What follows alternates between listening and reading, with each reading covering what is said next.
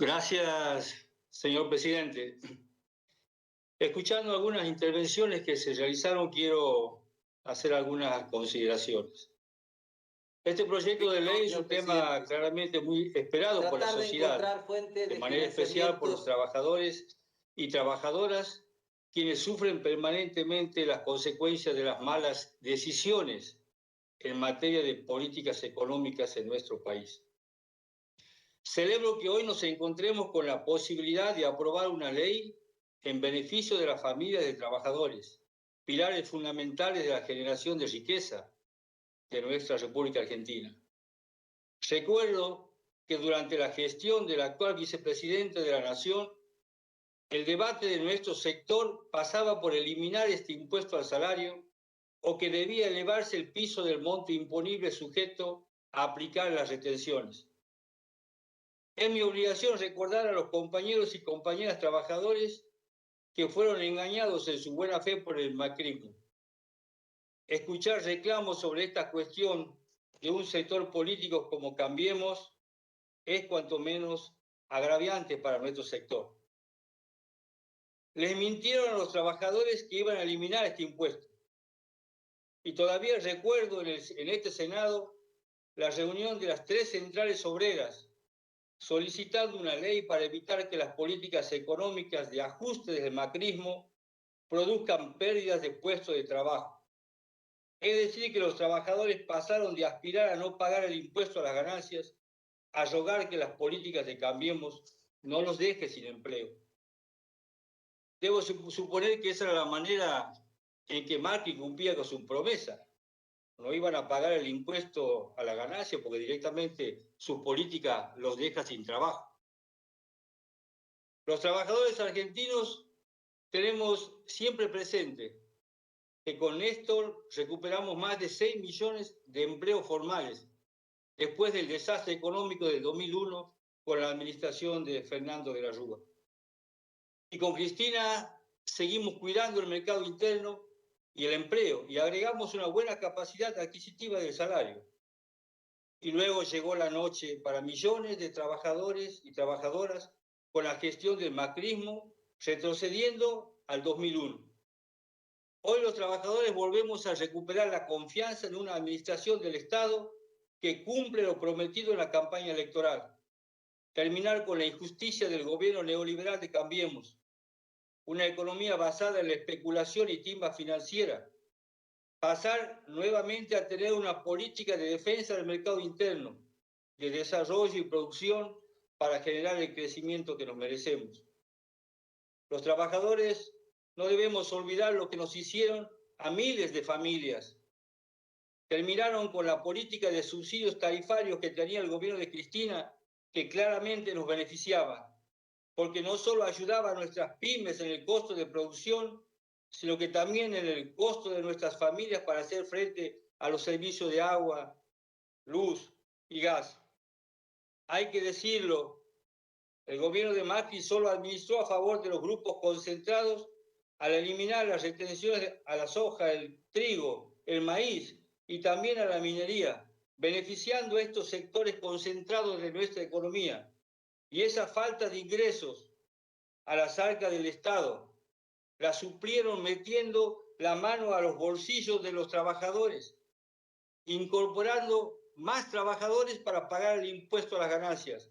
De 1 millón pasamos a pagar más de 2.200.000 trabajadores este impuesto, además de aumentar de manera salvaje las tarifas y destruir nuestro poder adquisitivo. En nuestra cara blanquearon más de 100.000 millones de dólares, producto de la evasión impositiva, mientras nosotros los trabajadores nos obligan a pagar impuestos a las ganancias.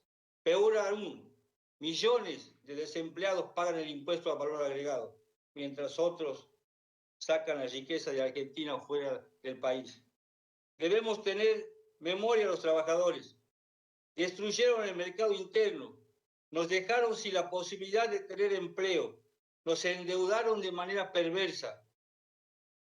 Compañeros y compañeras, este es un gobierno peronista, que como marca nuestra historia, tiene políticas inclusivas y de reivindicación para los trabajadores.